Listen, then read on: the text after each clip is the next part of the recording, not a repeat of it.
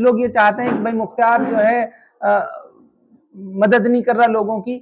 200-300 करोड़ का घोटाला है जनाब, मुख्तार कैसे मदद कर पाए? मजबूर है मुख्तार। चंद आदमी आज भी मुगालते में है कि भाई हम केस करेंगे तो हमारा पैसा नहीं मिलेगा, मर जाएगा, उनको बरकरार है। जितने लोगों के साथ ठगी हुई है, जब तक सारे लोग केस नहीं करेंगे, जब तक समाधान नहीं निकलेगा उनका, फाइनेंशियली मदद करने की स्थिति में ऐसे नहीं है। 300 करोड़ रुपए का घोटाला कैसे भरपाई हो? मैं अकेला व्यक्ति हूं जिसने चुनाव से पहले वीडियो बना के डाला कि ये गलत हो रहा है और इसमें लोगों को समझना चाहिए। तो जिन लोगों के साथ ठगी हुई है, एक दिन का वो कॉल दे देंगे, फला तारीख को फला जगह हम जो है अपना विरोध प्रदर्शन जो करेंगे। हर आदमी को केस करना चाहिए अगर वो इंसाफ चाहते हैं तो। मुख्तार का दिल दुखता है गरीब लोगों को जब देखता है, और 3 महीने में उस चुनाव का दुख, उस चुनाव की तकलीफ, जो चुनाव हम हार के आए हैं वो देख लो।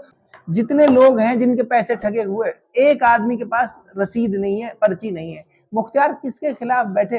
कोई एक मुद्दा बताओ जिसपे मेरी आवाज दबी हो और जिसपे मैंने आवाज नहीं उठाई हो। मजबूरी में मुझे लोगों ने गाली दी, मुझे बुरा भला कहा, मैंने वो वीडियो हटाया। अगर कोई ऐसा मामला हुआ तो मैं दरी बिछा कर बैठूंगा, लेकिन ना तो दरी नजर आ रही है, ना दरी पर बैठने वाले नजर आ रहे हैं। ये कहना कि भाई दरी नहीं बिछा के बैठ रहे, 3 महीने हुए अभी इलेक्शन को। मैं ईद की भी मुबारकबाद देता हूँ, अग्रिम मुबारकबाद देता हूँ इलाके के लोगों को, पूरे दुनिया के लोगों को, हिंदुस्तान के लोगों को ईद की बहुत बहुत शुभकामनाएं मेरी तरफ से। खूब सारी दुआएं लोगों के लिए मेरी तरफ से। और रमजान के महीने की आखिरी असरा चल रहा है, रमजान की भी बहुत बहुत मुबारकबाद सबको। तो आपने कामा विधानसभा से निर्दलीय प्रत्याशी के रूप में चुनाव लड़ा, जनता ने काफी प्यार दिया, 60-65 हजार वोट आपने लिए कामा विधानसभा में। ऐसे में आप जनता से क्या कहना चाहेंगे और कैसा क्या अभी भी कैसा प्यार आपको मिल रहा है? देखिए, आज आपने देखा ही, परसों हमने एक कॉल डाली, परसों हमने डाला कि भाई हम इफ्तारी की दावत देना चाहते हैं, और इतनी बड़ी तादाद में लोग यहाँ पहुंचे कि जगह कम पड़ गई यहाँ पे। तो ये लोगों का प्यार ही है, लोगों की मोहब्बत ही है।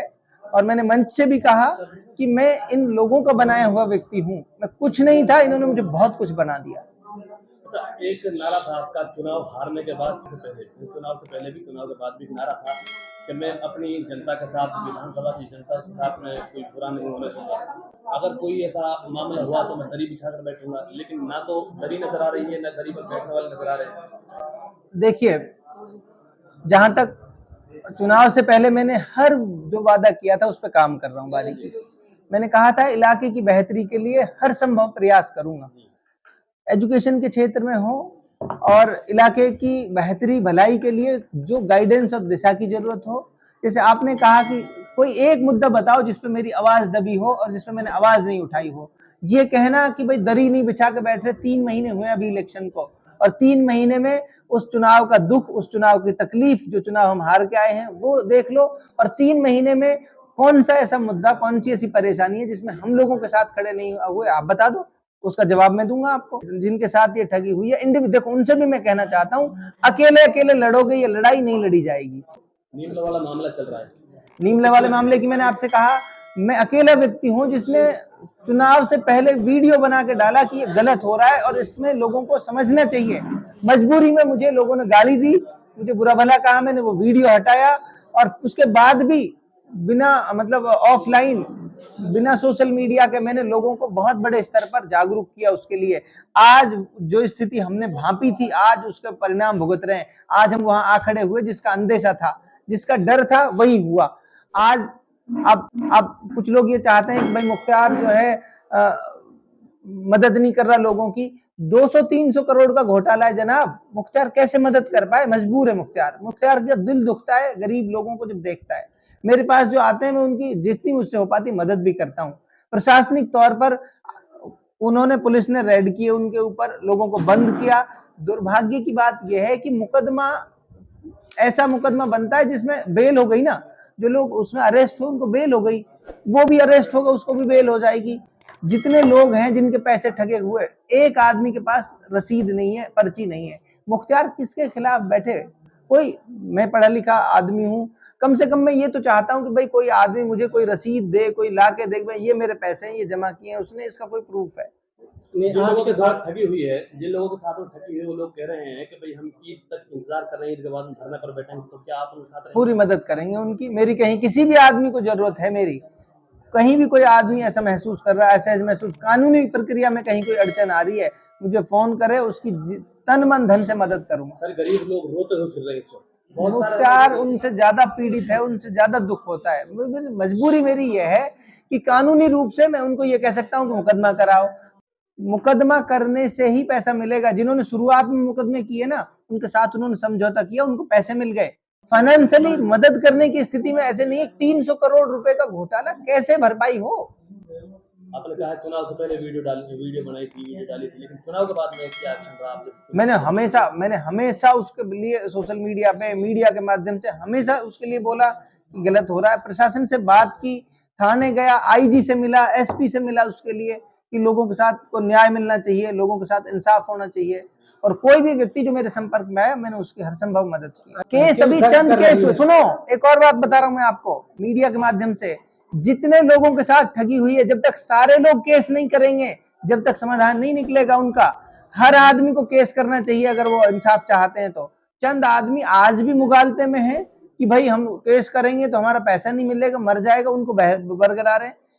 मुकदमा करने से ही पैसा मिलेगा। जिन्होंने शुरुआत में मुकदमे किए ना, उनके साथ उन्होंने समझौता किया, उनको पैसे मिल गए। और उस टाइम भी मैंने कहा था सब लोगों को जो मुझसे मिले कि जितनी जल्दी हो सकता है मुकदमे दर्ज कराओ। आप मुकदमे दर्ज कराओगे तो आपको पैसा मिल सकता है। मजबूती से खड़ा होऊंगा। कोई भी व्यक्ति जिनके साथ ये ठगी हुई है, देखो उनसे भी मैं कहना चाहता हूँ, अकेले अकेले लड़ोगे ये लड़ाई नहीं लड़ी जाएगी। एकजुट हो जाए ये सारे लोग। किसी एक दिन कॉल दे दें उनके, जिन लोगों के साथ ठगी हुई है, एक दिन का वो कॉल दे दें, भाई फला तारीख को फला जगह हम जो है अपना विरोध प्रदर्शन जो करेंगे। फिर कोई नहीं आता अगर मेरे जैसा आदमी, तो फिर उसको ब्लेम करें कि भाई उस दिन वहां ये प्रदर्शन धरना कर रहे थे। अब इंडिविजुअली दसियों हजार लोग हैं जनाब, यूपी तक के लोग हैं, उनको कैसे जाके उनसे मिला जाए? जिस तरह के शख्स ने जेल में भी उन्होंने ज्ञापन सौंपा था, इसी तरह पहाड़ी में भी ज्ञापन सौंपा था। क्या आपने इस तरह कहीं पीड़ित लोगों के द्वारा कोई शिकायत दर्ज की है? नहीं, मैंने लिखित में मैंने आईजी साहब को दी है, एसपी साहब को दी है कि भाई इन हमारे इलाके के लोगों के साथ बड़े स्तर पे ठगी हुई है और उसमें कानूनी जो मदद हो सकती है उनकी हर संभव मदद की जाए, उनके साथ इंसाफ। तो क्या पीड़ित परिवार अगर धरने पर बैठते तो आप उनके साथ रहेंगे? पूरी मदद करेंगे। अच्छा, एक पूरी मसला का मामला चला था चुनाव के बाद में, कब्रिस्तान का मुद्दा चला था, लेकिन वो कब्रिस्तान कहते हैं कि आपने पहले बताया था, हमने कोशिश की है, तो अब क्या रहा? हमने कोशिश की, उसी का आज नतीजा है। मैंने कहा था कानूनी रूप से जो जिसका हल निकल सकता है उसका कानूनी रास्ता है। स्टे मिली उसमें, आज स्टे हुआ है। उसमें स्टे होने के बाद नगर पालिका भी और कोई और पक्ष भी आज उस पे कुछ नहीं कर सकता। वो कब्रिस्तान है, कब्रिस्तान ही रहेंगे। हम उस पे वहां जाके, मैंने पहले भी मीडिया के माध्यम से कहा था, वहां जाके कोर्ट का ऑर्डर था, उसके खिलाफ जाके हम वहां धरना प्रदर्शन करते, हल्ला मचाते, हमारे लोगों के खिलाफ मुकदमे होते। उसमें हमने समझदारी दिखाई, कानूनी जो रास्ता था वो अपनाया और आज हमें कानूनी रास्ते से उसमें कामयाबी मिली है।